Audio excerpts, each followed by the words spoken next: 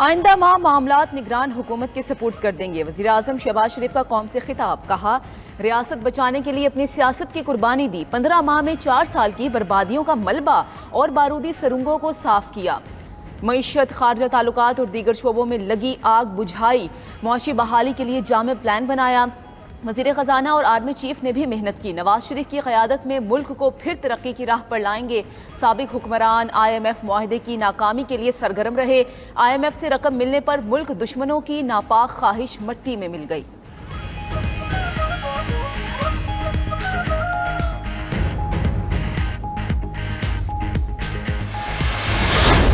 نے 1 ارب 20 کروڑ ڈالر پاکستان کو منتقل کر دیے۔ 1.8 ارب ڈالر کی باقی رقم 2 جائزہ رپورٹس کے بعد ملے گی۔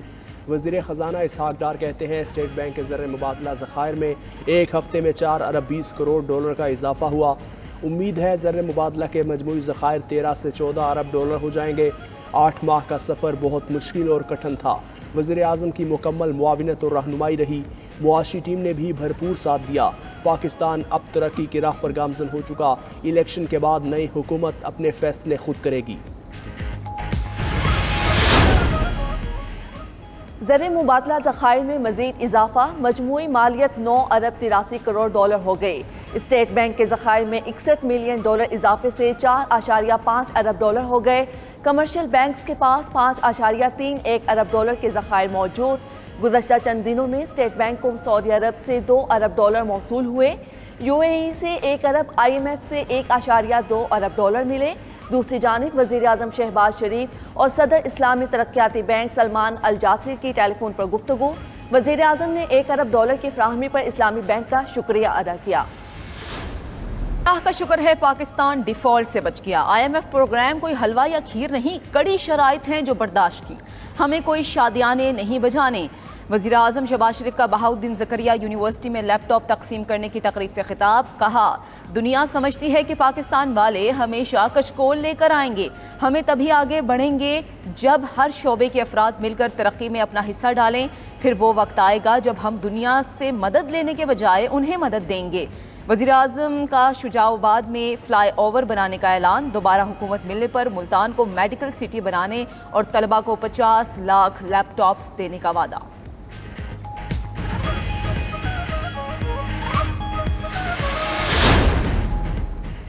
سابق وزیر خزانہ مفتاح اسماعیل نے IMF پروگرام کا کریڈٹ وزیر اعظم اور آرمی چیف کو دے دیا۔ 92 نیوز کے پروگرام بریکنگ ویوز ود مالک میں گفتگو کرتے ہوئے مفتاح اسماعیل نے کہا IMF پروگرام وزیر خزانہ کے بجائے وزیر اعظم کی کاوشوں سے ہوا۔ وزیر اعظم شہباز شریف نے اپنی سیاست داؤ پر لگا کر IMF سے بات کی۔ دوستوں کے علاوہ مخالف بھی چاہتے تھے کہ IMF معاہدہ ہو جائے، آئندہ حکومت کو اداروں کی نجکاری پر توجہ دینا ہوگی۔ یہ بھی کہا مجھے نگران وزیر خزانے کا بنانے کا کوئی امکان نہیں۔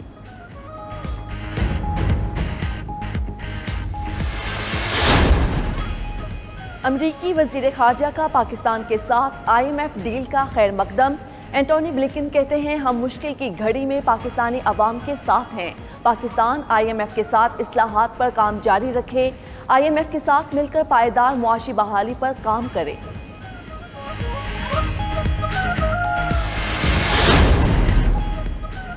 گارنٹی دیتا ہوں امریکہ نیٹو کے ساتھ کھڑا رہے گا، امریکی صدر جو بائیڈن کا عزم۔ ہیلنسکی میں نارڈک ممالک کے سربراہی اجلاس کے موقع پر امریکی صدر نے گفتگو کرتے ہوئے کہا جب تک ضروری ہوا یوکرین کی حمایت جاری رکھیں گے، امریکی خارجہ پالیسی اور مستقبل میں کی کوئی بھی ضمانت نہیں دے سکتا۔ بائیڈن نے فن لینڈ کو نیٹو فوجی اتحاد کے لیے ناقابل یقین اثاثہ بھی قرار دے دیا۔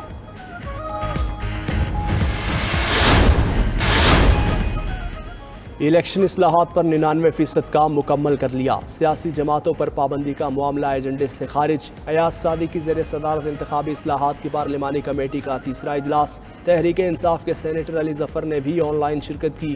وزیر قانون اعظم نذیر تارڑ کہتے ہیں کہ جن نکات پر اتفاق نہیں تھا ان پر بھی ہو چکا، 1-2 معاملات پر PTI کی جانب سے تحفظات کا اظہار ہے، یہ معاملات اتنے حساس نہیں کہ حل نہ ہو سکیں، PTI کے تحفظات کو مل بیٹھ کر حل کر لیں گے۔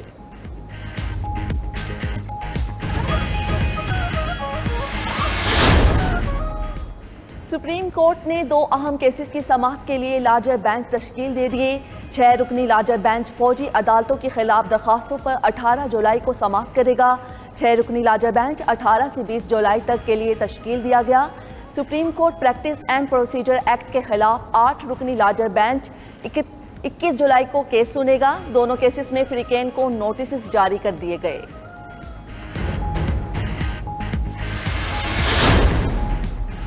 عدالت نے چیئرمین پی ٹی آئی کے دوران عدت نکاح کا کیس قابل سماعت قرار دے دیا۔ سیشن کورٹ اسلام آباد نے سول کورٹ کا شہری کی شکایت ناقابل سماعت قرار دینے کا فیصلہ کالعدم قرار دے دیا۔ دوسری جانب انسداد دہشت گردی عدالت میں چیئرمین پی ٹی آئی کے خلاف 3 مقدمات کی سماعت عدم پیشی پر چیئرمین پی ٹی آئی کے قابل ضمانت وارنٹ گرفتاری جاری کر دیے گئے۔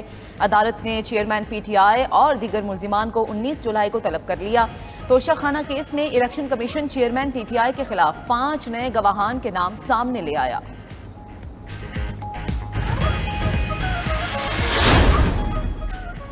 حاجی گلبر خان وزیر اعلیٰ گلگت بلتستان منتخب، حلف اٹھا لیا۔ گورنر مہدی شاہ نے نئے وزیر اعلیٰ گلبر خان سے حلف لیا۔ Gulbar Khan P T I Forward Bloc, Muslim League نون اور پیپلز پارٹی کی حمایت سے وزیر اعلیٰ بنے۔ پی ٹی آئی ہم خیال گروپ نے انتخابات کے بائیکاٹ کیا۔ نو منتخب وزیر اعلیٰ جی بی اپنے ساتھیوں شہباز شریف اور آصف علی زرداری کے شکر گزار، بولے گلگت بلتستان میں پہلے سے زیادہ ترقی نظر آئے گی، سب کو ساتھ لے کر چلیں گے۔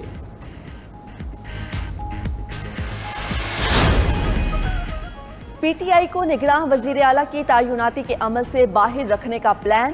اپوزیشن لیڈر سندھ اسمبلی کے عہدے کے لیے ایم کیو ایم کے دیگر جماعتوں سے معاملات طے۔ ایم کیو ایم پاکستان کی رابطہ کمیٹی نے رانا انصار کا نام قائد حزب اختلاف کے لیے تجویز کر دیا۔ ترجمان ایم کیو ایم نے کہا علی خورشیدی سندھ اسمبلی میں ایم کیو ایم پاکستان کے پارلیمانی لیڈر ہوں گے۔ رانا انصار سندھ اسمبلی میں پہلی خاتون قائد حزب اختلاف ہوں گی۔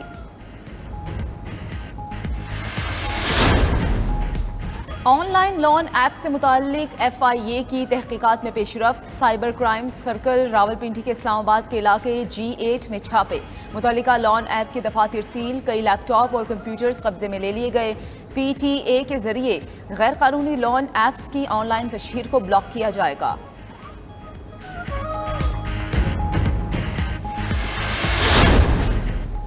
ستلج میں گنڈا سنگھ والا کے مقام پر پانی کی سطح گرنے لگی۔ پی ڈی ایم اے کے مطابق گنڈا سنگھ والا میں پانی کی آمد 83,700 کیوسک ہو گئی۔